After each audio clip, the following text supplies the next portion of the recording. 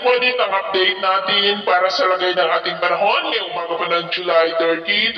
2024 na kung saan sa ngayon ang sama ng panahon na ating binabantayan sa loob ng ating area of responsibility. Kung pagbabasehan po natin ang weather model na ating ginagamit ay nalusaw na po ito. Gaya po ninyong nakikita ay wala na po itong sirkulasyon. Habagat po ang umihip ngayon sa kanluran ng Central at Northern Luzon at posibleng next week ay lalakas muli ang bugso ng habagat dahil po yan sa potensyal ng mga sama ng panahon na nagbabanta po na mabuo ngayong weekend dyan po sa may northeastern part ng ating bansa na magpapalakas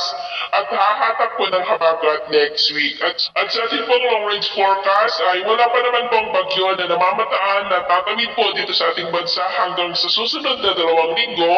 pero may namamataan nga na posibleng pamumuo dyan po sa may bandang taas na umaayon rin po si pinalabas ng pag-asa na tropical cyclone threat potential for the next 2 weeks. Kaya ang development naman yan ang ating babantayan dahil posibleng magpapalakas yan ng habagat na siya naman pong magpapaulan dito sa ating bansa. At sa lagay ng ating panahon,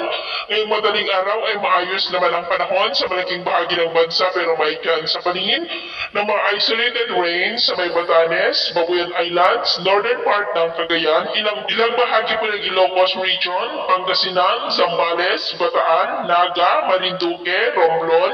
ilang bahagi ng Masbate, Catanduanes, Leyte, ilang bahagi ng Zamboanga, Sorsogon at Davao Region. At mamaya po ay sisikat ang araw sa malaking bahagi ng bansa maliban lamang sa mga tsansa ng maulam na kalangitan with isolated rains dyan po sa may extreme northern Luzon, ilang bahagi ng Benguet, Pangasinan, sa mga lugar po na malapit sa dagat, maging po sa may Zambales, Bataan, Romblon, Southern Palawan, Southern Leyte, Zamboanga del Sur, Sorsogon at ilang bahagi ng Davao. At mamayang hapon, mas maraming lugar na muli dito sa ating bansa ang makakaranas ng ulap na kalangitan with isolated light to heavy rains. Kaya mag-ingat po tayo sa posibleng banta pa rin ng mga pagbaha at pagguho ng lupa. At sa atin naman pong mga baybayin, wala naman po tayong nakataas na namang gale warning signals, pero tayong pag-ingat lamang po kung papalaot tayo para mas makaiwas sa mga sakunang pangkaragatan.